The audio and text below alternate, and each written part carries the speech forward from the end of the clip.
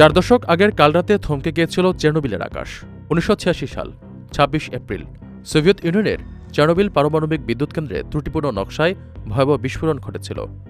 বিষাক্ত তেজস্ক্রিয়তা অসংখ্য প্রাণ কেড়ে পুরো অঞ্চলকে জনমানবহীন করেছিল। সেই ধ্বংসের প্রলঙ্করী দুঃস্বপ্ন কাটিয়ে বাংলাদেশ আজ পারমাণবিক শক্তির নতুন যুগে পা রাখছে।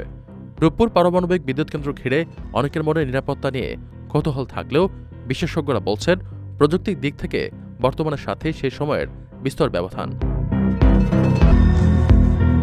রূপপুর প্রকল্পে রাশিয়ার সর্বাধুনিক VVER-1200 জেনারেশন 3+ রিয়েক্টর ব্যবহার করা হয়েছে, যা নিরাপত্তার মজবুত ও অভেদ্য দুর্গ হিসেবে কাজ করবে।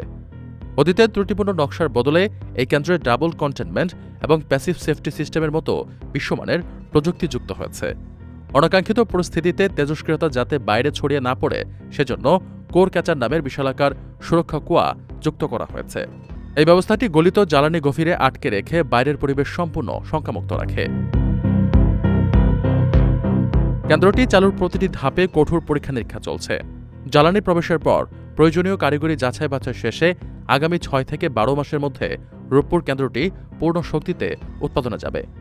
বিজ্ঞান ও সুরক্ষার মেলবন্ধনে নির্মিত কেন্দ্রটি দেশের বিদ্যুৎ খাতের পাশাপাশি অর্থনৈতিক উন্নয়নে নতুন দিগন্ত উন্মোচন করবে।